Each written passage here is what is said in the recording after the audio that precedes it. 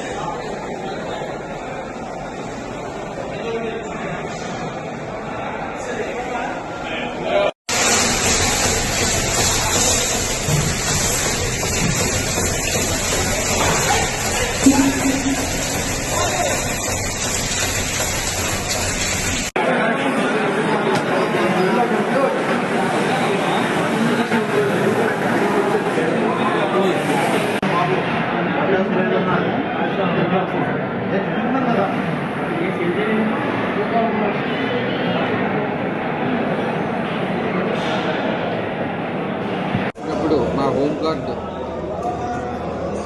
వెంకటేష్ అనే హోంగార్డ్ కూడా అతను చెక్ చేయడం జరిగింది. చెక్ చేసి అతను కూడా అతను టాయిలెట్కి వెళ్ళినప్పుడు టాయిలెట్కి వెళ్ళి ఆ టాయిలెట్లో చెక్ చేసిగా 59 గ్రాముల 700 మిల్లీలు మంగళసూత్రం అది మన అమౌంట్ మన ప్లస్ ట్యాంక్లో అతను పెట్టడం గమనించారు. అది ప్రత్యక్షంగా తీసుకొని అతన్ని ఆ వస్తువుని బాత్రూంలోంచి తీసుకొచ్చి మాకు హ్యాండ్ ఓవర్ చేయడం జరిగింది.